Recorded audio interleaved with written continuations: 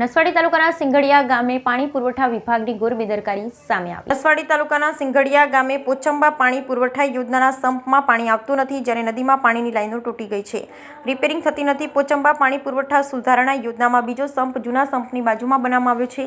જૂના સંપમાં પાણી પહોંચ્યું નથી, ત્યારે પાણી પુરવઠા વિભાગના અધિકારીની બેદરકારી બહાર આવી છે।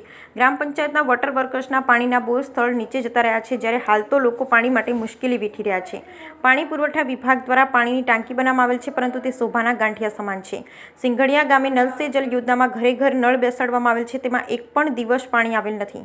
નસવાડી તાલુકાના સિંગડિયા ગામે 400 જેટલા લોકોની વસ્તી છે, જ્યારે આ ગામમાં પોચંબા પાણી પુરવઠા યોજનામાં પાણી મળે તે માટે પાણી પુરવઠા વિભાગ દ્વારા પ્રાથમિક શાળાના કમ્પાઉન્ડમાં એક સંપ 6 વર્ષ પહેલાં બનાવેલ છે। કમ્પાઉન્ડની બહાર એક ટાંકી બનાવેલ, જ્યારે ગામમાં પાણી પહોંચાડવા માટે ભાખા ગામથી પાણીની લાઈન આવેલ છે। સિંગડિયા ગામ પાસે અશ્વિન નદી આવતી હોવાથી પોચંબા પાણી પુરવઠા યોજનાની પાઇપલાઇન પાણીનો પ્રવાહમાં દર ચોમાસે તણાઈ જાય છે, જ્યારે છેલ્લા 6 વર્ષથી પોચંબા પાણી પુરવઠા યોજનાનું પાણી મળતું નથી। અશ્વિની નદી સુકાતાની સાથે જ ગ્રામ પંચાયતના વોટર વર્કર્સના બોરના પાણીના સ્તર નીચા જતા બોર બંધ હાલતમાં થઈ જાય છે, જ્યારે પોચંબા પાણી પુરવઠા યોજનાનું પાણી ગામને મળ્યું નથી। ગામમાં ઘરે નલ સે જલ યોજનામાં નળ બેસાડવામાં આવ્યા, પરંતુ એક પણ ટીપું પાણી નળમાં ના આવ્યું। જ્યારે ગ્રામજનોને અનેકવાર પોચંબા પાણી પુરવઠાના અધિકારીઓને લાઈન રિપેર કરવા માટે રજૂઆત કરતા, પરંતુ ગરીબ આદિવાસી સમાજના લોકોની રજૂઆત સાંભળવામાં આવતી નથી। જ્યારે પોચંબા પાણી પુરવઠા યોજનાના 44 કરોડના ખર્ચે પાણી પુરવઠા યોજના દ્વારા સુધારણા યોજનામાં સિંગડિયા ગામે બીજો સંપ બનાવવામાં આવે, પરંતુ એક સંપમાં પાણી પહોંચાડી શકાયા નથી, ત્યારે બીજો સંપનો ખર્ચ કરીને શું સિદ્ધ કરવા માંગે છે? સરકારના નાણાં આવી રીતના પાણી પુરવઠા વિભાગના અધિકારી વેડફી રહ્યા છે, ત્યારે નલ સે જલ યોજનામાં પણ સરકારે કરેલો ખર્ચ હાલ વ્યર્થ સાબિત થયો છે। હાલ તો એક ખેડૂત પોતાના ખેતરના બોરમાંથી પાણી આપે છે, પરંતુ ખેતીની વીજ લાઈન હોવાથી લાઇટ 8 જ કલાક આવતી હોવાથી અમુક સમય પાણી મળતું નથી। અમુકવાર ખેતીનો વીજ પુરવઠો 2 ને 3 દિવસ વીજ લાઈન ફોલ્ટમાં જાય ત્યારે વીજ પુરવઠો આવતો નથી। Bureau report Rehan Patel. આ એક સ્તંભ આજે 7 થી 8 વર્ષની અંદર બનાવેલો છે, એમાં પાણી પૂરું મળતું નથી, અને ઉનાળાની અંદર આમાં જ્યારે જરૂર અમારે પાણી જોઈએ એ સમયે પાણી આવતું નથી।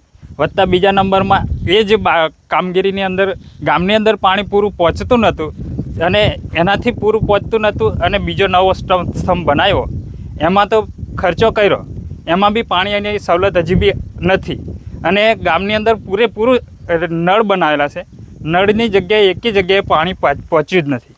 એટલે પાણી અમારે કોઈ બી સંજોગે જોઈએ, કારણ કે સરકાર આપે છે અને આ લોકો અહીંયા પૂરું પહોંચાડતા નથી। એનો ગમે તે રસ્તો કરી અને અહીંયા ગામમાં આગળથી લાઇનની બેદરકારી છે।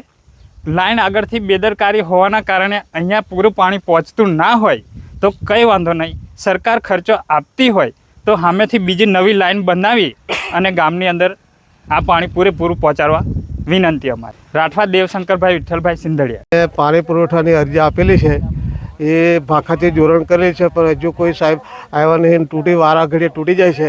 અને 15મી ઓગસ્ટથી મેં અરજી આપેલી છે, પણ હજુ કોઈ આવ્યા નહીં। અમારે પાણી પુરવઠા પાણી મેં મારા બોરનું ગામની અંદર મારો બોર આવેલો છે, એ છતાંય મેં ગામને પાણી પૂરું કર્યું છે। ઘર નળ ઊભા કરેલા છે, પણ કોઈ હજુ ટીપું પાણી આવ્યું નથી। ટેસ્ટ કરીને પૈસા ઉપાડી દીધેલા છે, પાણી નળમાં આવ્યું જ ના, પાણી એક ટીપું આવ્યું નથી। સરકાર પાસે શું માંગણી તમારી?